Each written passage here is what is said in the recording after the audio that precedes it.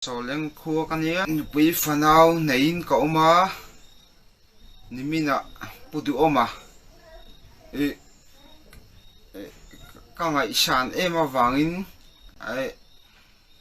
aman min chipai du lawa min husit lutuka chipai katuma pona lo vada ro min tia chuwang chuan ka vot lo bok anga chuan aking lo bokang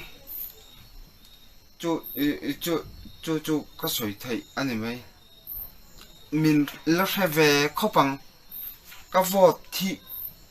a lulutu kan nu pain kan vot kan thlak thei le ngala khatianga min ti du tu kha chu aking lo bokang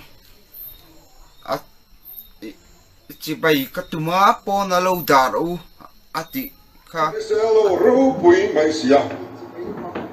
chuan la boro po na daru an omna lui partia an culture thalo te heta hian senglu kan oi lo ani kan kal khom nung chang te ya moi turani kan tia pa ti chen khat kal khom chu chon holama chuan an rui huai thin an in sual boy thin zuin le in lo hi kan mi mal zalen nani tu man kan in soi sak thai lo kan zalen nani zuin mi kan ni apoin ahun le amun tal kan thlir thiam turani Zoram anga vantlang pui puna zak map lowa zurui an chet nei khowela wang khopang society in kan pom wang ani society in kan dem na tok lo wang ani hei ti re kan tu mani rui chungin pathian rami kan din hau lo wang awon le muna chuan kan zalen nani kan in soi sak thailo zuin mi piang an sual ti na ni lo athil phal le le tlo mai le te pon ni kan thria ahun le mun ero chu kan thliar tur ani kan kal khom jing ta le ze pm ho hi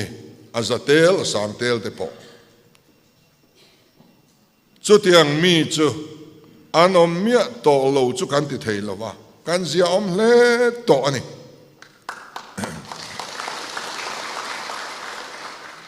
so wangin kai chu zurui ngai thailo zet kania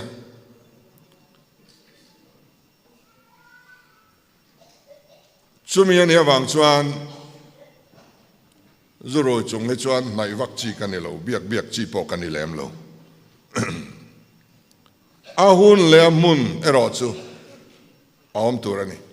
zinna ka ruai kan thalai te po in mian ni chuan kan hon nia inzuman tur ka tia ka pe mai khalama chuan ka liberal lutuk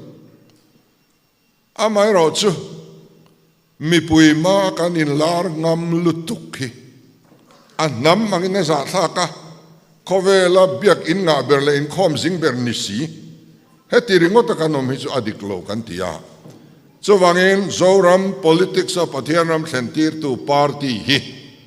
kan van tlang nun athiang lim turani ti kha kan soi masadu bok ani